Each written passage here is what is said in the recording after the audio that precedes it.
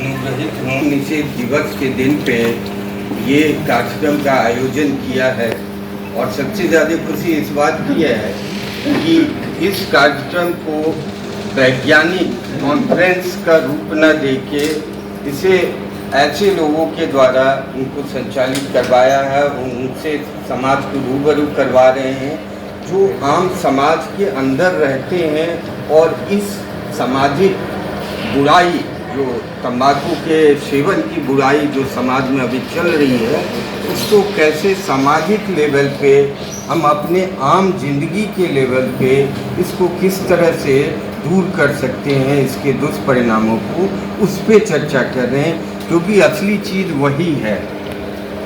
हम लोग प्रिवेंशन की बात कर रहे हैं और जब कैंसर के प्रिवेंशन की बात होगी तो भारतवर्ष में तंबाकू की चर्चा करना अति आवश्यक है।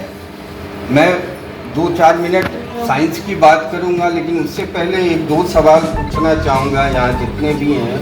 अगर मैं पूछूं यहाँ उपस्थित इतने व्यक्तियों में से कितने लोग हैं जो किसी प्रकार के तंबाकू का सेवन करते हैं?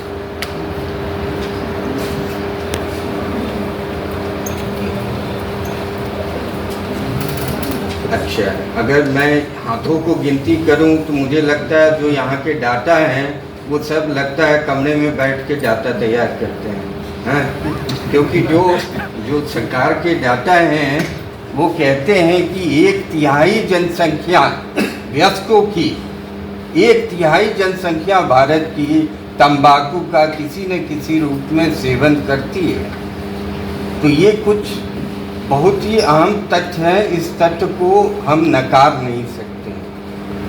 अच्छा, जिन लोगों ने हाथ उठाया वो लोग बता सकते हैं कि इतने तंबाकू के सेवन से उन्हें कभी लगा कि उनसे उनकी जीवन में कुछ फायदा हुआ है?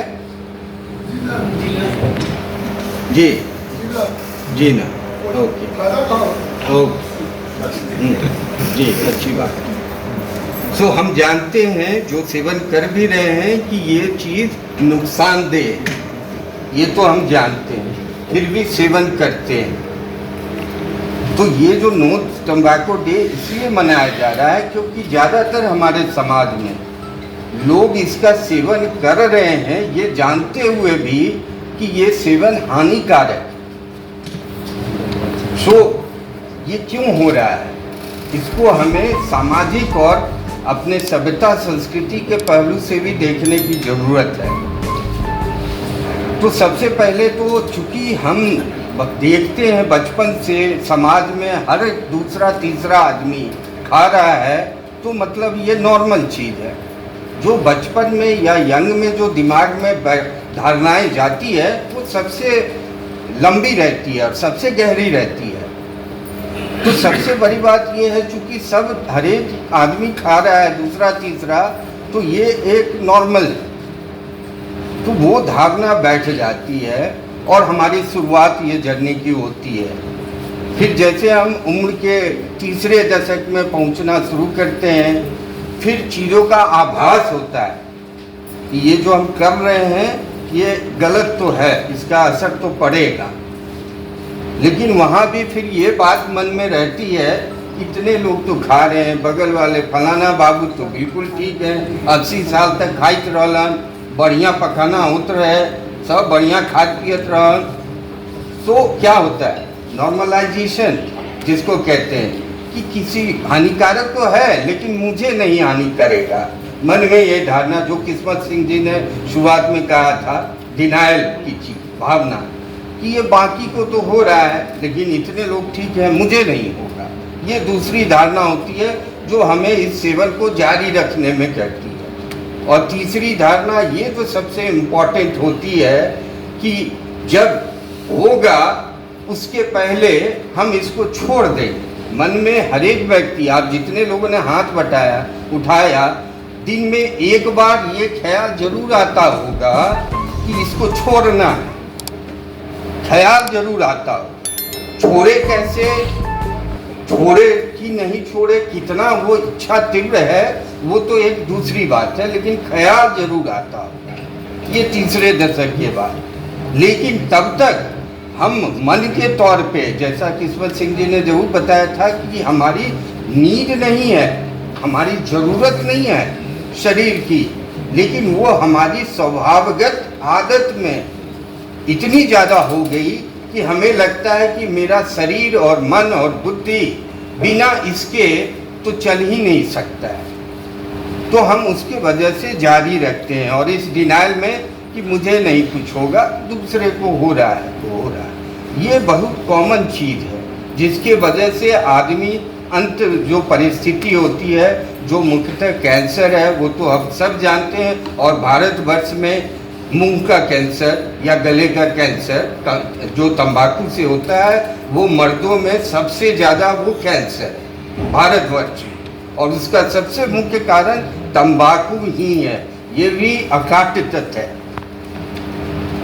और ये तो एक ऊपर का पहलू है कैंसर। आज हमारे गांव में भी डायबिटीज, ब्लड प्रेशर, सब बीमारियां बढ़ते जा रही है।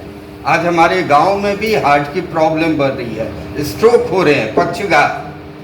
तो ये दूसरा पहलू है। तंबाकू के सेवन से शरीर के हर एक अंग पे असर पड़ता है, लेकिन वो असर ऐसा छोटा है और लंबा है, धीरे है, जो हमें पता ही नहीं है। और हम इस चीज़ से जानते हैं कि अरे खान पान से हो गई, इनकर के तो खाए के आदत ठीक नहीं थे। ये सब चीज़ों को कारण खोजते रहते हैं, या परिवेश में और भी चीज़। लेकिन तंबाकू एक अहम कारण है। चाहे जितने भी डायबिटीज़ ले, पक्षाघात ले, हार्ट प्रॉब्लम ले, लंग्स की, हर एक चीज़ों में। तो ये सब अकाट्य साइंटिफिक तथ्य हैं जिसको कि काटा नहीं जा सकता। अब जो मैं बात कर रहा था कि इसको छोड़ने की इच्छा तो होती है, लेकिन वो इच्छा, वो मनोबल जिसको कहते हैं मोटिवेशन एंड डिटर्मिनेशन में कन्वर्ट कब होगी, वो एक सबसे इम्पॉर्टेंट चीज़ है।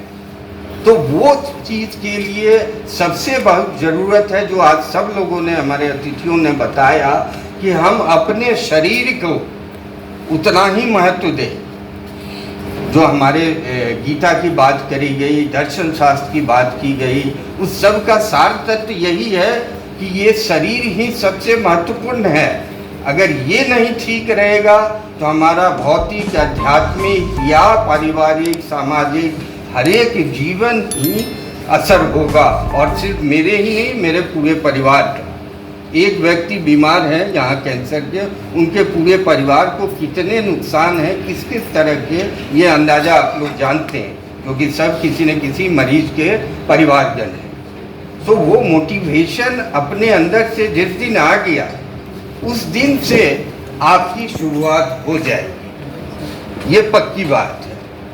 तो इसे मैं, चूँकि समय कम है तो साइंस की बात न कि तो इतना ही कहूँगा, ये जो इच्छा आती है उस इच्छा को मोटिवेशन में बदलो, और हर एक आदमी अपने मोटिवेशन से हर एक चीज़ पे विजय पा सकता है। ये तो बहुत छोटी सी चीज़ है, मैं इतना ही कहना चाहूँगा। सो तंबाकू को एक सामाजिक समस्या के रूप में भी देखना जरूरी है। तो हम अपने ही नहीं, हम अपने आसपास के लोगों, उनको भी जितना जागरूक हुए हैं इसको फैलाएं और लोगों में ये नियति बढ़ाएं कि लोग इससे दूर हों। इस तरह की तमाम खबरों से जुड़े रहने के लिए हमारे चैनल को सब्सक्राइब करना ना भूलें। धन्यवाद।